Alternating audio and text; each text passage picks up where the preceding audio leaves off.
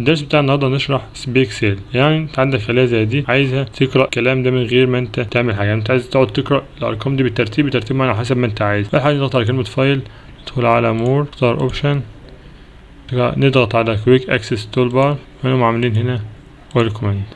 هندور على حاجه اسمها سبيك سيل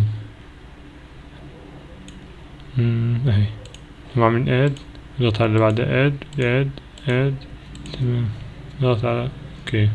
هتلاقي عنده متضافة كده. مثلا انا حددت الجزء الارقام ده قمت مشغل ده 3 1 5 6 4. هتلاحظ اللي هو بدأ يقرأ الحاجات بس مشى بالترتيب. ازاي نشوف تاني كده؟ مشى بالترتيب ان هو 1 بدأ بالواحد، 2 بعدين الاثنين، التلاتة مشى بالترتيب ده. طب لو انا عايزه بترتيب مختلف، عايزه يبدأ بالعمود، قوم راح ضغط على دي كده، قوم ضغط على تشغيل 1 بدأ 4 4 اهي 3 يكمل على الاثنين. مثل حاجة زي دي محمد، هتلاقي انت عايز تشغلها محمد.